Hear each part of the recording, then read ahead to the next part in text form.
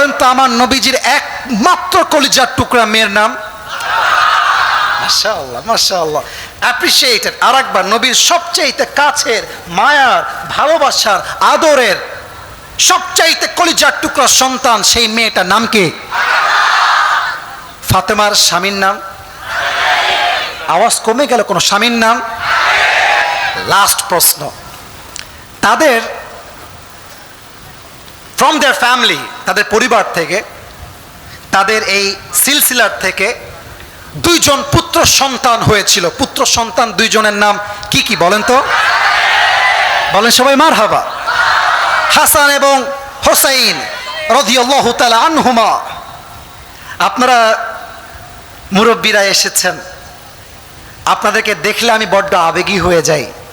আমি আমার দাদার অস্তিত্ব কেমন ছিল, আমার দাদা দেখতে কেমন ছিল, আমি কিছুই জানি না, কোনো ছবিও আমাদের কাছে নাই।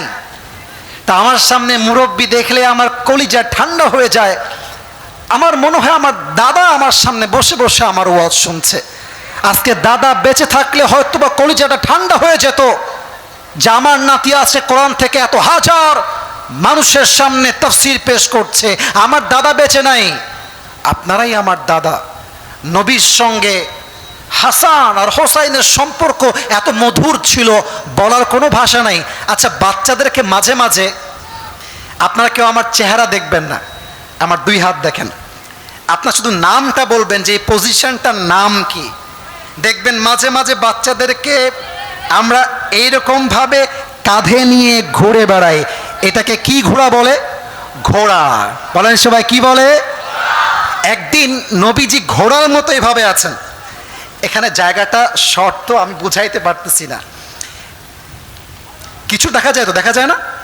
এভাবে দুই হাত সামনে দিয়েছে, ঘোড়ার মতো হয়ে আছে।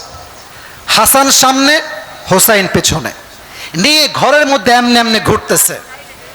এক সাহাবী আসছে ঘরের মধ্যে, ইসমুহু জাবের, ডাক দিয়ে বলছে, ইয়া রাসূলুল্লাহ, ইয়া হাবিবাল্লাহ, হাসান আর হোসাইনের কপাল কত ভালো, কার ঘোড়ায় তারা উঠেছে, কত কপাল ভালো। নবীজি বলছে, আরে বেটা, কার কপাল ভালো? কপাল তো আমার ভালো, আমার পিঠে জান্নাতের সমস্ত যুবকদের সর্দার হাসান আর হুসাইন বসে আছে। সুবহানাল্লাহ পড়েন। একদিনের ঘটনা, এই ঘটনা আমি বলতে গেলে আমার চোখের কোঠায় পানি এসে যায় অটোমেটিক। আমি জানি না, আমি চোখের পানি আটকায় রাখতেই পারি না। হোসাইনকে আল্লাহর হাবিব কোলে তুলে আছেন, আর ফাতেমা ডান দিকে বসে আছেন। কেউ যদি ওয়াজের মাঝখান থেকে ডানে বাম থেকে উঠে যায়, তার লুঙ্গি টান দিয়ে ধরে বসায় দেওয়া লাগবে। বছরে একটা মাহফিল, চায়ের দোকানে বিড়ি খাওয়ার সময় আছে 2 ঘন্টা, আর মাহফিলে 1 ঘন্টা বসার টাইম নাই। বুঝতে হবে আপনি নামে মুসলমান হয়েছেন, কাজে আপনি মুসলমান হতে পারেন না, ঠিক কিনা বলে? কেউ যদি উঠে যায়, আমাকে জাস্ট একটা ডাক দিবা আসিফ হুজুর বলে, বাকিটা আমি দেখে নিব। সবাই তাকবীর দেন, লিল্লাহি তাকবীর। হোসাইনকে কোলে নিয়ে আছেন আল্লাহর রাসূল, ফাতেমা ডান দিকে বসে আছে। আল্লাহর রাসূল ডাক দিয়ে বলছেন, ফাতেমা, তোমাকে একটা খবর দিতে চাই। ফাতেমা ডাক দিয়ে বলছে, আব্বাজান কি খবর দিবেন? ফাতেমা ডাক দিয়ে বলছে, আব্বাজান কি বলবেন বলেন। আল্লাহ রাসূল ডাক দিয়ে বলছেন, ফাতেমা রে, শুনলে তোমার কলিজায় রক্তক্ষরণ হবে। আমার কলিজায় শিশু সন্তান রয়েছে হোসাইন, এমন একটা দিন আসবে, এই হোসাইনকে কাফেররা নির্বিচারে হত্যা করবে, শহীদ করবে, শেষ করে ফেলবে হোসাইনকে। একটা মা বোঝে সন্তানের মায়া কত মারাত্মক জিনিস। আবার আমাদের মা আমাদেরকে যেই পরিমাণ ভালোবাসে, দুনিয়ার কেউ সেই পরিমাণ ভালোই বাসতে পারবে না, ঠিক কিনা বলে? একটা মায়ের জন্য কত বড় বোঝা কষ্টের যে আমার সন্তানকে একদিন ময়দানে শহীদ করে দেওয়া হবে। সিরিয়ার দামেস্কে কারবালার ইতিহাস বলছি জাস্ট আয়াতের ব্যাখ্যা বোঝাবার জন্য। এই কারবালার ইতিহাস নিয়ে অনেক বানোয়াট কথা বলা হয়, অনেক বানিয়ে বানিয়ে কথা বলা হয়। আমি জাস্ট আয়াতের তাফসীর করাবার জন্য বোঝাচ্ছি। সিরিয়ার দামেস্কে ইয়াজিদ ক্ষমতা দখল করলো অগণতান্ত্রিক নিয়মে, স্বৈরাচারী কায়দায়। আমার মনে হয় 5 আগস্টের দিন বাংলাদেশ থেকে স্বৈরাচাররা বিদায় নিয়েছে। আমি রাজনীতি করবার জন্য আসি নাই, আমি কোনো রাজনৈতিক দলের সঙ্গে জড়িত নই, এখানে আমি ভোট চাওয়ার জন্য আসি নাই। তবে আমি একটা কথা বলতে চাই, বাংলাদেশে যারাই জুলুম করবে, যারাই অবিচার করবে, যারাই স্বৈরাচারী করবে, আল্লামা সাঈদী বলেছিলেন, আমরা থাকি গাছের গোড়ায়, তোমরা থাকো গাছের আগায়। বাড়াবাড়ি বেশি কইরো না, বাড়াবাড়ি বেশি করলে গাছের গোড়ায় একটা ঝাঁকুনি মারবো, মামুর বাড়ি দিল্লি গিয়ে পড়বা, দিল্লি গিয়েই তারা পড়েছে, ঠিক কিনা বলে? ইয়াজিদ ক্ষমতা দখল করে মদিনায় সংবাদ পৌঁছে দিল, হুসাইনকে আমার সামনে বশ্যতা স্বীকার করতে হবে, আমার সামনে মাথা নত করতে হবে। হুসাইন বললেন, এক কথা, আমার জীবন যাবে, সত্যের পক্ষে থাকবো, বাতিলের সামনে আমি আমার মাথা নত করতে পারবো না, ঠিক কিনা বলে? মাত্র 72 জনের একটা কাফেলা নিয়ে তিনি বের হয়ে গেলেন।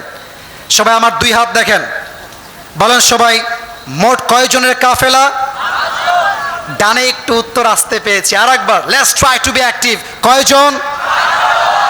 যখন কারবালার প্রান্তে পৌঁছে গিয়েছেন, ইয়াজিদ খবর পাঠিয়েছে, বাঁচতে চাইলে তার কাছে আত্মসমর্পণ করতে হবে, না হয় কারো জীবন বেঁচে থাকবে না।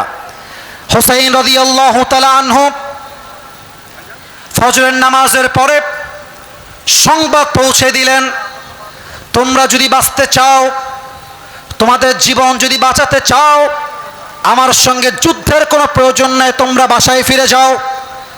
হয়তো ইয়াজিদ আমাকে হত্যা করবে, আজকে আমার জীবনের শেষ দিন হতে পারে। মদিনার আহলে বায়েত যারা, তারা ডাক দিয়ে বলছে, হে হুসাইন, যদি আমাদের জীবন দিতে হয় জীবন দিব, তবু আপনাকে এখানে একা রেখে আমরা বাসায় ফিরে যেতে পারবো না। সঙ্গে সঙ্গে ইয়াজিদ 6000 সৈন্য পাঠিয়ে দিয়েছে কারবালার প্রান্তে। যুদ্ধ যখন শুরু হয়ে গিয়েছে, জোহরের নামাজের পূর্বেই 40 জন পুরুষ জায়গায় শহীদ হয়ে গিয়েছে, বেঁচে আছে একজন, তার নাম হচ্ছে হুসাইন রাদিয়াল্লাহু তাআলা আনহু। আমার হাতের ডান দিক না বাম দিক? এটা আমার হাতের ডান দিক না বাম দিক? ডানে যুদ্ধ চলছে।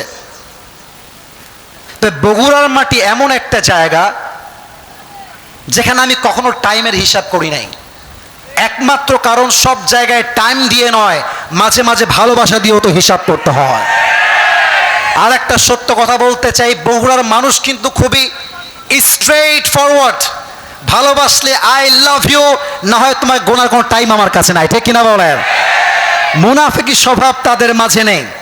1 ঘন্টা টাইম হয়ে গিয়েছে, এটা সত্য, তবে আমার বিশ্বাস যতক্ষণ পর্যন্ত 3টা আয়াতের তাফসীর শেষ না হবে, একটা যুবক, একটা মুরব্বী মাঠ ছাড়তে পারবে না, ঠিক কিনা বলেন? সবাই 2 হাত তোলেন আমার সঙ্গে, 2 হাত, তাকবীর না, তাকবীর না, 2 হাত তোলেন। এবার একটু কাশি দেন সবাই, বলেন সবাই হুজুর। রেকর্ড হচ্ছে, জোরে বলতে হবে হুজুর। আমরা বগুড়ার সুলপুল ওয়াদা দিলাম, দোয়া না করে আমরা কেউ বাসায় ফিরে যাব না। এই 2 হাত দেখতে চাই, যাব না। বলেন সবাই আওয়াজ করে, ইনশাআল্লাহ। ইমাম হুসাইন যখন বুঝে গিয়েছে আমার শহীদ হওয়ার সময় চলে আসছে, 40 জন সাথী জিহাদের ময়দানে শহীদ হয়ে গিয়েছে। ডান দিকে তাবু, মহিলারা সব অবস্থান করছে ডান দিকে। ইমাম হুসাইনের পুরো গা রক্তাক্ত হয়ে আছে। তাবুর ভেতরে সে ডাক দিয়ে বলছে, হে আমার কলিজার টুকরা স্ত্রী, আমার বউ, তুমি আমাকে মাফ করে দিও। একসঙ্গে থেকেছি, অনেক জুলুম হয়ে গিয়েছে, অত্যাচার হয়ে গিয়েছে, হয়তো আজকে আমার জীবনের শেষ দিন, হুসাইন হয়তো বা আর জীবনে ফিরে আসবে না, তুমি আমাকে মাফ করে দিও। কলিজার টুকরা স্ত্রী ডাক দিয়ে বলছে, হোসেন,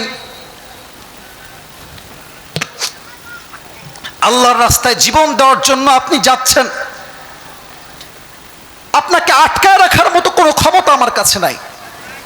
তবে এটা ছোট্ট দাবি করতে চাই, আমার কলিজার টুকরা দুগ্ধ শিশু কয়েকদিন যাবৎ ক্ষুধার্ত, পানির পিপাসায় কবুতরের মতো ছটপট ছটপট করছে, আপনি একটু পানি পান করায় যুদ্ধের ময়দানে যাবেন। হোসাইন কলিজার টুকরার সন্তানকে নিয়ে বের হয়ে আসছে ইয়াজিদি সৈন্যদের সামনে। দুই হাত দিয়ে সন্তানকে উঁচু করে ধরেছে, এমন করে ডাক দিয়ে বলছে, হে ইয়াজিদের সৈন্যরা, তোমার সঙ্গে আমার শত্রুতা থাকতে পারে, আমার বয়স অনেক বেশি, বাট আমার কলিজার টুকরা দুগ্ধ সন্তান পানির পিপাসায় কাটা মুরগির মতো ছটফট ছটফট করছে, তোমরা আমার সন্তানকে এক ঢোক পানির জন্য ফুরাতের নদীকে উন্মুক্ত করে দাও। চোখ দিয়ে পানি ঝরছে, পুরো গা রক্তাক্ত হয়ে আছে। যখন হোসাইন বলছে পানি দাও পানি দাও, অপর প্রান্ত থেকে ইয়াজিদের সৈন্যরা বিষ মাখা তীর দিয়ে একটা আঘাত করেছে। ইমাম হুসাইনের কলিজার টুকরা দুগ্ধ শিশুর এই পাশ দিয়ে ঢুকে তীরটা পেছন দিক দিয়ে বের হয়ে গিয়েছে, আর রক্ত ছিটকে এসে হোসাইনের পুরো জামা রক্তে লাল হয়ে গিয়েছে। হোসাইন রাদিয়াল্লাহু তাআলা আনহু চোখের পানি ছেড়ে চিৎকার দিয়ে কান্না করছেন সন্তানের অবস্থা দেখে। এবার সন্তানকে নিয়ে মায়ের কাছে আসছে, ডাক দিয়ে বলছে, এই নাও তোমার কলিজার টুকরা সন্তান, তোমাকে পানি খাওয়ার জন্য অনেক বিরক্ত করেছে, কিয়ামত পর্যন্ত আর কখনো তোমাকে বিরক্ত করতে আসবে না, জীবনটাই শেষ হয়ে গিয়েছে। সন্তানকে ফিরাই দিয়ে যুদ্ধের ময়দানে নেমেছেন। প্রায় সমস্ত কাফেরকে মওতের ঘাট উতরে দিয়ে ফুরাতের নদীকে উন্মুক্ত করে দিয়েছেন। পানি যখন পান করতে যাবেন, আমার দুই হাত দেখা যায়, বামের ভাইয়ারা একটু কথা দেখা যায়, এই দুই হাত দিয়ে একটু পানি তুলেছেন, বুকের ছাতি পিপাসায় ফেটে যাচ্ছে। পানি যখন পান করতে যাবেন, চোখের সামনে দৃশ্য ভেসে উঠেছে, আমার 40 জন সাথী যুদ্ধের ময়দানে শহীদ হয়ে গেল, এক ঢোক পানি পান করাইতে পারি নাই। আমার কলিজার টুকরা দুগ্ধ সন্তান চোখের সামনে শেষ হয়ে গেল, এক ঢোক পানি পান করাতে পারি না। এই পানি আমি কেমন করে পান করব? পানিটা ফেলাই দিয়েছে। যখন ঘোড়ার পিঠে উঠবে, চতুর্পাশ থেকে কাফেররা তীর নিক্ষেপ শুরু করে দিয়েছে। ইমাম হোসাইন দুর্বল হয়ে গিয়েছে। আজ কলিজার টুকরা যুবক ভাইরা মেসির ইতিহাস জানে, রোনালদোকে চিনে, শাহরুখ খানকে চেনে, কিন্তু এরা জানে না হোসাইন তাদের আদর্শের জায়গা, রোনালদো আদর্শের জায়গা নয়। ঠিক কিনা বলেন সবাই আপনারা? আহা, চতুর্পাশ থেকে তীর আসতে শুরু করেছে। ইমাম হোসাইন চিৎকার দিয়ে বলছে, হে ইয়াজিদের সৈন্যরা, তোমরা